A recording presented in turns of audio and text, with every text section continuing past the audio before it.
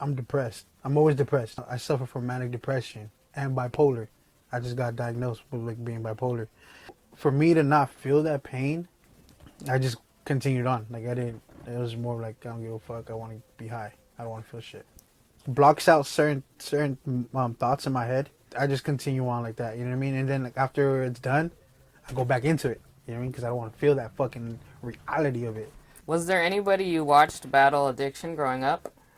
Nah, I No. was basically the only one. I watched my cousin fucking make uh, a piece, little Douglas out of a fucking light bulb. Like he even smoked the fucking powder that's inside the light bulb.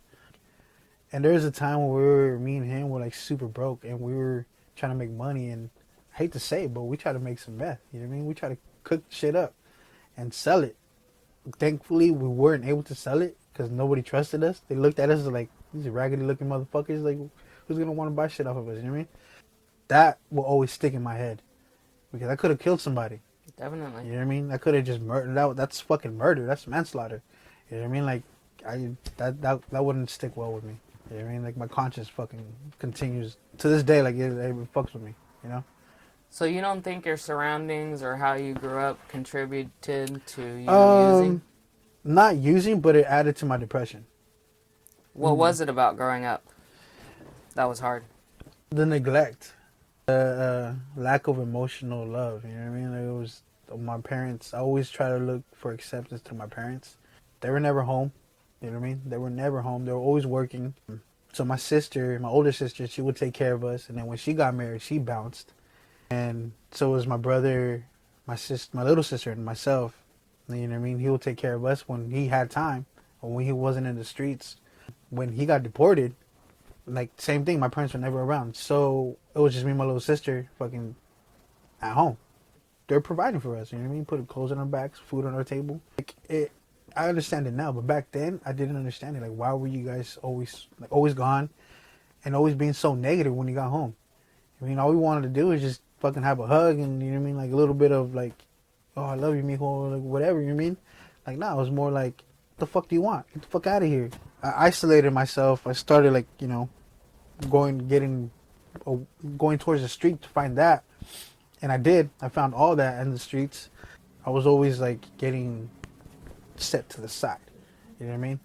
By everybody, like all my family, on my mom and my dad's side. That really fucked me, like really good, like because I didn't understand why. I was just a little kid, just trying to be loved, I guess. Would you rather have had less and have your parents around? Yeah, I would have rather have less, and then yeah, like you said, have my parents around more and more, like and interact with them more, like learn more things. Like don't get me wrong, my pops taught me a lot. You know what I mean, work wise. So I'm thankful for that. You know what I mean. But at the same time, it's like when he was in his moments, he like literally fucking would just kick me in the butt and be like, "Hey, get the fuck out of here. What do you want? Like I don't want to be bothered right now." And I'll go, you know what I mean, talk to my mom, same shit. Like, oh, I'm watching my novelas. You know what I mean? I don't want to fucking listen to you right now. Go over there. It's like, fuck, do you even care? You talked a little bit about your overdose. Mm-hmm. Tell us a little bit more in depth about that and how you got to that point. It was just more of a suicide attempt. I'm going to keep it blunt. I'm trying to commit suicide. And, like, for the same thing, my depression. I fucking literally had a pile of them.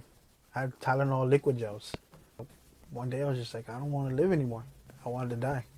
I popped a handful of them, popped another handful. I was fading out. I was happy that I was fading out. By the grace of God, man, my little sister came through and found me.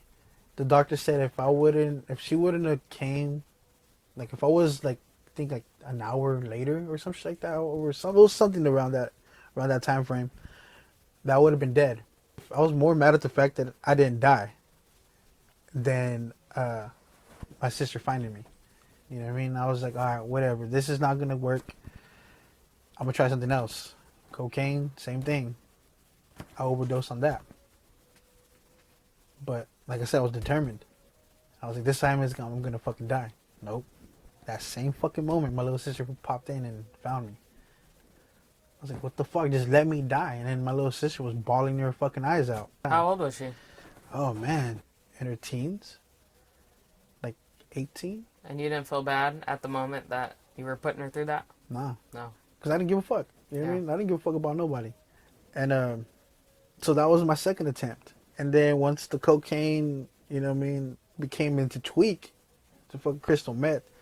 Now this is where I found like, now this is where it's gonna be at. This is where I'm gonna fucking third time's a charm. Nope, I'm still here. This time the devil was actually after me, since I fucking ditched. Like I basically cheated. I don't want to say cheated death, but I wasn't in his grasp for the second time. But the third time, I was super determined. I was like, this is it. That's what led to what happened when my parents found me. And this time I was living in Buellton. It really put a thought in my head. Why do I want to kill myself? Like I started asking questions. Like why now? Like why do I want to kill myself? And it always came down to the conclusion is that why should I live? Nobody gives a fuck about me. I hit rock bottom. I was homeless. I had no money. Lived in my truck. My ignition was broken, so I had to turn my fucking truck on with the screwdriver and the battery. Do what I had to do to get gas money. I wouldn't eat. Everything came crushing down. So when the third time came about, I just kept taking racks. You know what I mean? Like key shots, and then fucking. And it led me to where, like that dark tunnel, and start seeing negative, and I wanted to die. I know now that that's not the path because I lost homies over suicide. It's like you have nowhere to run, nowhere to turn to.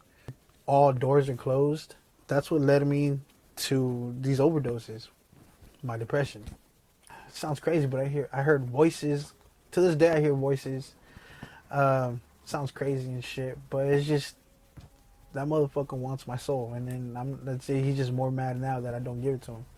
Because the time when I didn't have faith in God, I just cried out to him. You know what I mean? I was like, all right, motherfucker, you for reals? Be my homie. Show me this. Give me this. Give me that. And weird fucking reason, random motherfuckers would pull up. Like, hey, dog, what's up? Da, da, da, da, da. I got this. I got that. I was like, oh, all right, cool. Hell yeah. This is what I wanted. Da, da, da. You know what I mean? Just continued on. Yeah. It was just all fucked up. Like, I can't really explain more in depth of that. But and the drugs also induced a lot of that fucking crazy thoughts in my head. What kept you grounded and what kept your faith? I'll tell you one thing, man. I didn't have faith at one point. I didn't believe in God. There was times where I wanted to have the devil as my friend. My parents were always like, God of this, God of that, but they will only go to church on Sundays, but then do crazy shit on during the week. How are you gonna be preaching me about God, and then you guys go do that shit? It just brought me to the point where like, is there a God? Is there really a God? You know what I mean? Like I started having those questions. Finally, I hit rock bottom, like legit rock bottom, and I had nowhere else to go. I thought the devil was gonna help me out, but fuck no, motherfucker just laughed in my face. So I was like, you know what? I'm gonna give it one more try. And I started talking to him, and I cussed him out. Legitly cussed him out. Gave him what I felt, and it was like a fucking weight just lifted off my shoulders. And when that happened, I was like, oh shit, okay. So there is something going on. You felt something. Yeah, I felt something. Don't get me wrong, at the time I was still fucking around, but it wasn't as much as before. So yeah, I went to a retreat. I remember I went to this all guy like church retreat. They were like, cuss him out, talk to him how you talk to somebody. You know what I mean? He's basically another person, so talk to him like you were fucking talking to a homie or some shit. I was like, all right. So I did that, and to this day I keep it in mind. You know what I mean? Like he listens. He wants your pain. He doesn't want your fucking happiness. He doesn't want none of that because he's the one giving you that. What he wants is your fucking pain and agony. He wants everything negative that's in your life. He wants it so he can take it away and give you nothing but positive and happiness in your life. Fulfill your fucking heart. So I did. I gave it everything that I had. And then sure enough, man, fucking everything started coming into place. You know what I mean? Fucking that wall was getting stacked. Boom, boom, getting made and shit. So yeah, that's when I started believing in God again. I had my own personal vision of God himself. I wanted it. I wanted to see who he really was. I wanted to see what he was about. Yeah, I seen him. Dude, it was fucking crazy. It was the most craziest thing ever. Was it a dream or just a It vision? was just a straight vision. I was awake. You know what I mean? I was praying, and a vision came in my head, holding my son in his hand, and a baby girl, which my wife aborted. That fucking broke my eyes down, and I was like, okay, now I believe. I was like, you want to see me? Fine, here it is. I'm gonna give you something that you're never gonna forget. And fuck, man, to this day I don't forget Do you it. think it's because you asked for it? Yeah, Okay. yeah, I asked for it, and I asked to see him, and I asked if he was for real, if he was really real. And I ain't gonna fucking lie, man. That dude is real. I'm not gonna tell anybody how to pray, what to pray, but just be real, be pure-hearted. Tell him how you really feel. That's what he wants, man.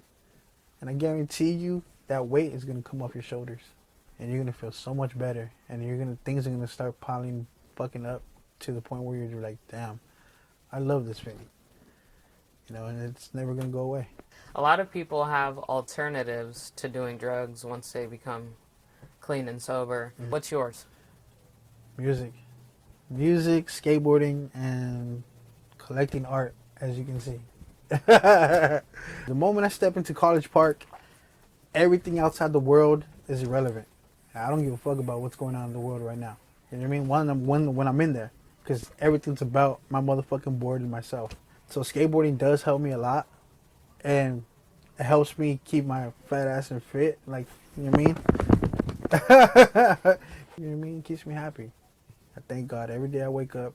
Praise the Lord. You know what I mean? Yeah, and a lot of us thank God that you're still here, brother. So, I appreciate it, man. I really do. is there anything else you want to get off your chest for part 2?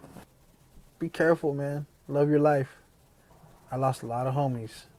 I mean, I lost one of my best homies, which we had a fallout in high school, but that was high school bullshit, you know? But he was the one that taught me how to skateboard. It's a sad situation. Sad to see people that are struggling not knowing what they're going through. You know what I mean? So tap in with your homies, tap in with your family. Let them know that they're loved. Let them know that you love them, that you're loved as well. You know what I mean? Just live life, yo. Succeed. Find something that you love doing. Tap into it. Learn it. Engrave it in your head. Be professional at it. And bruh, it's the best fucking feeling ever. Like, good luck to y'all, man. Real talk. If y'all need help, y'all need somebody to talk to, hit me up, man. You know what I mean? I'm like a ghetto therapist. I'm here to listen, yo. I'll have a good ear, you know what I mean? I don't judge nobody. You know what I mean? Because that's not my place to do.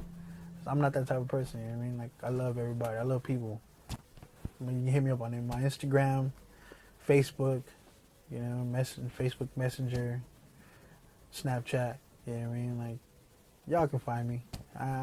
If you need somebody to talk to in person, I'll be at the skate park. That's where I'm at all the time. College Park, baby. You know what I mean? Hopefully, whoever gets to watch this video, hopefully they get inspired, man. If not, like a little seed in your head. Let it grow, you know? Peace. Much love, y'all. Much love.